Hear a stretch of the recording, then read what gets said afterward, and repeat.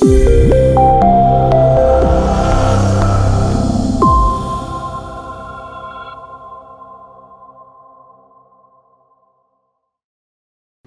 what's going on, everybody? Welcome back to the channel.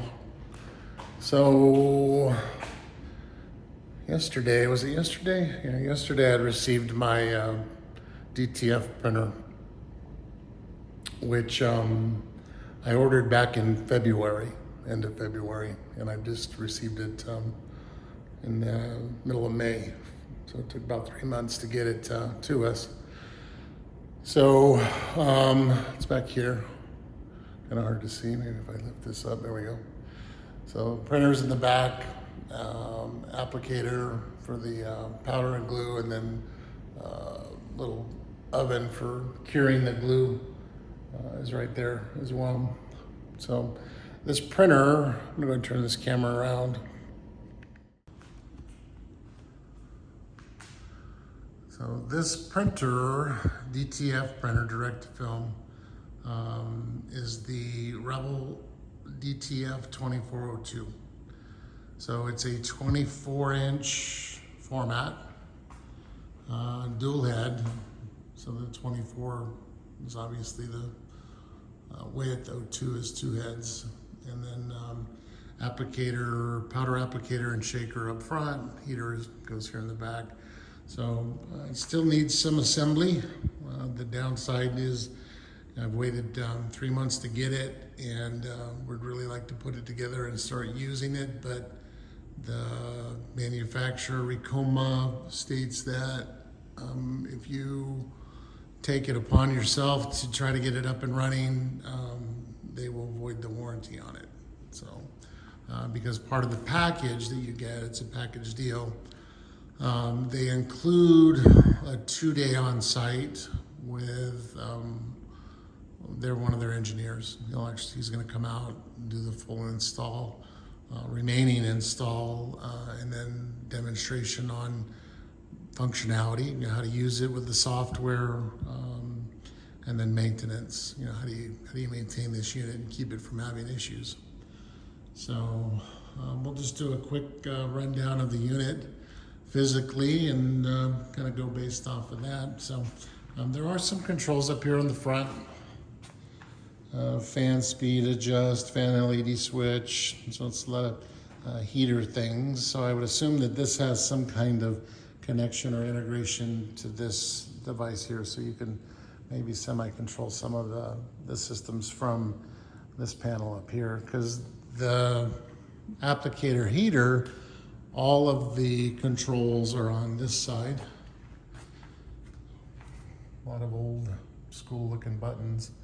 To me, I was a little bit surprised with that as well. I thought it would have been more maybe up to date with a touch screen, because I know a lot of their embroidery machines are touch screen and whatnot. And these buttons are just the switch style buttons and some knobs. There's some digital displays down below, which I'm not certain what they do yet, but this side of it here on this end is the heater, the cure system. It is missing a roller assembly that'll come out here for the finished product to roll up on when it's done, if that's what you choose to do. I'm going to put another table here, one of those computer desks that's adjustable, so I can adjust its height, so I can have an area to actually work on, to cut the transfers as they're working their way out of the system.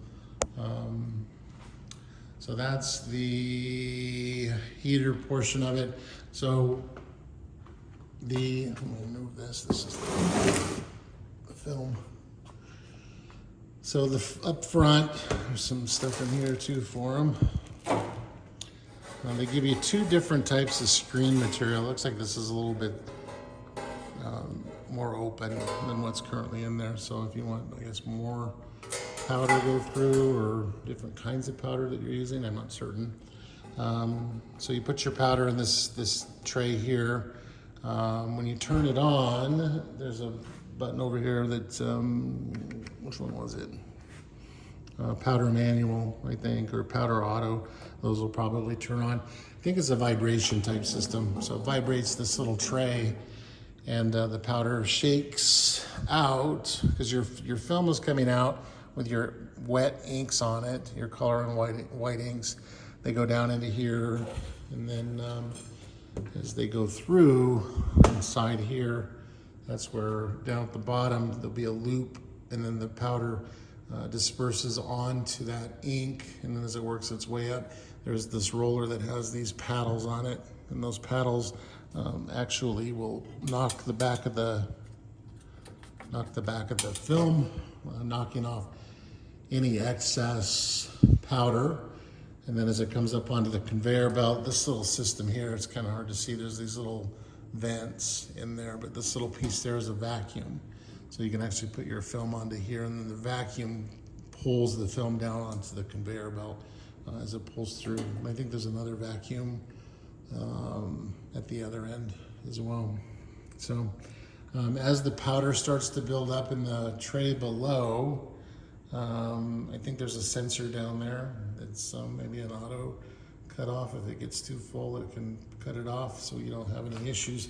But the way it works then is you have over here on the side is a reclaim system.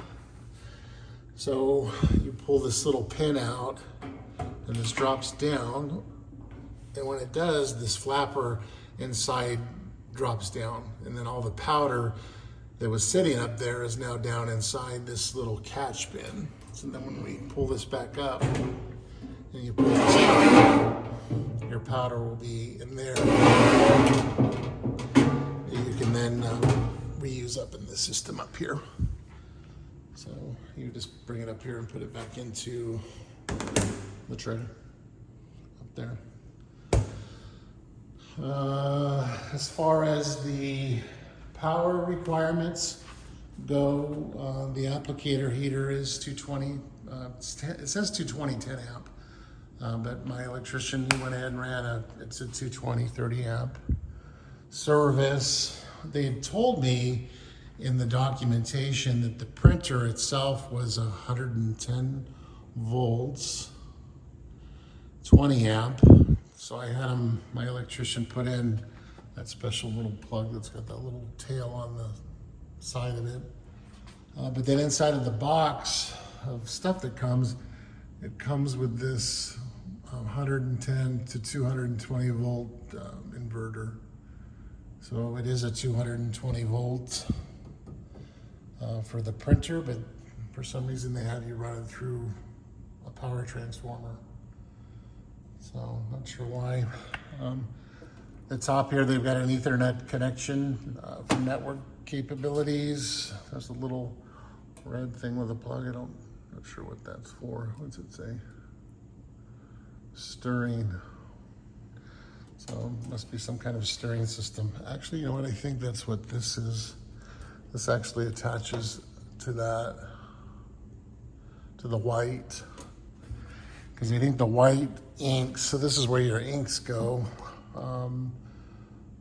And I think that's what that is a little stirring system. And then I think these sensors are just level sensors, if I can get my camera on it. So these sensors are for how much is in the tank. And then that one, I think the white's most problematic, and you have to worry about that one the most. So they put a little stirring mechanism on it. At least that's what I think it is. I don't know for certain. Has little guides inside here for, you know, where you're gonna put the film. It goes underneath the film there. It has a little latch down here that allows you to pull up and, you know, lock those roller wheels down. I'll hold that film in place. And again, lots of pieces that still need to go into place. There's an exit system that still needs to be built and put on this end. There's these rollers here, which is part of it's for the exit system, but then some of the rollers go up behind this or underneath this for your roll of film to sit on. So they do recommend keeping enough space on each side, you know, so you can access it and maintenance it. My problem is earlier when we set it up, my workbench actually went all the way to the edge of the backer board. So it looks like I cut off maybe about 3 feet or a little bit less than that of my workbench, because I had enough room for it to squeeze in between my workbench and the wall, but this wouldn't open. And there's another one on the other side that it wouldn't open either. And then I couldn't get into the back of it. So then, at least by doing it this way, you know, I've given myself room to get behind it, on either side of it, to maintenance it and all that good stuff. So, but yeah, this is it. So I've been looking online for other videos for the Revel. The only one I found was one that was where they were demonstrating it at an apparel show, and that's it. I haven't been able to find any videos since. I take that back. Ricoma, the CEO, Henry Ma, he actually did a video on it. But since then, I haven't seen anything else. So that's about it for my video. I just wanted to kind of go over it just briefly, and then as we start putting things together, I need to schedule with them to have the engineer to come out for the install and training, and then once we have that done, we can actually start doing some production. So I've got a handful of businesses that are ready to go, and we're excited to work with them and get things underway, but again, unfortunately, we're at the mercy of at the vendor or the manufacturer for the training. So, but be prepared for lots of REVEL DTF-2402 videos to be coming out. And I hope it's soon. So hopefully they can get that guy out ASAP, get this thing up and running in production, and then show you what it's capable of. So thank you for watching. If you've enjoyed my video, please give it a thumbs up. If you're not subscribed to the channel, please press that subscribe button. It helps me out as we're growing this channel very slowly. This channel actually is for our new business, my wife and I, custom made by us. Well, I'll sign up there. So we're literally taking this business from zero to hero. And taking you along that ride. So we started the company maybe 3 months ago, and just slowly putting things together to get it underway. I have big goals. So thanks for watching. We'll see you on the next one.